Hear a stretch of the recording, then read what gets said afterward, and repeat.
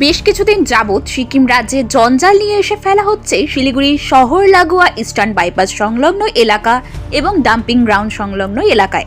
বিষয়টি গোচরে আসে গত মাসেই। স্থানীয় বাসিন্দারা বেশ কয়েকটি ট্রাক আটক করে পুলিশকে খবর দেন। খবর পেয়ে ঘটনাস্থলে ছুটে যান পরিবেশ প্রেমীরা। দেখা যায় ট্রাকে করে জঞ্জাল নিয়ে এসে সিকিম থেকে ফেলা হচ্ছে শিলিগুড়ি ইস্টার্ন বাইপাস সংলগ্ন এলাকায়।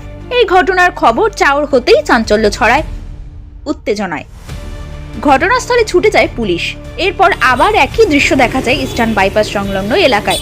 বিষয়টি গুরুত্ব দিতে দেখতে শুরু করে শিলিগুড়ি পৌর নিগম এবং পুলিশ প্রশাসন। গোটা বিষয়টি নিয়ে খোঁজ খবর নেওয়ার পর বেজায় চটেছেন শিলিগুড়ির মেয়র গৌতম দেব। আজ শিলিগুড়ি পৌর নিগমে সাংবাদিক বৈঠক করেন এবং তিনি জানান, থেকে আমাদের গভর্নমেন্টের বিভিন্ন ডিপার্টমেন্ট থেকে যারা মনে করবে যে ডিপার্টমেন্টে যে অফিসারের দেওয়া উচিত তারা সেভাবে দেবে। আমি ওরকমভাবে একটা গভর্নমেন্টকে চিঠি দিতে পারি না, আমি দেবও না, এটা বিয়ন্ড মাই জুরিসডিকশন হবে, সেটা করব না।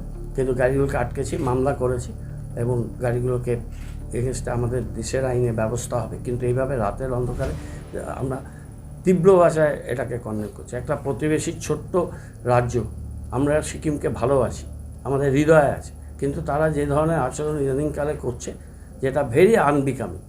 নানানভাবে তারা আমাদের এই জোনটাকে বিব্রত করার চেষ্টা করছে।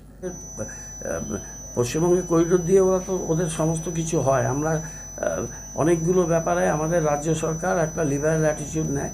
যেহেতু ছোট্ট প্রতিবেশী রাজ্য 75-এ এর মার্জার হয়েছে ইন্ডিয়ার সাথে, আমরা সেগুলো জানি। কিন্তু ওরা যদি এইভাবে আমাদের ডোমেনে এসে এই ধরনের ঘটনাগুলো ঘটে, এটা খুবই আনফর্চুনেট নয়।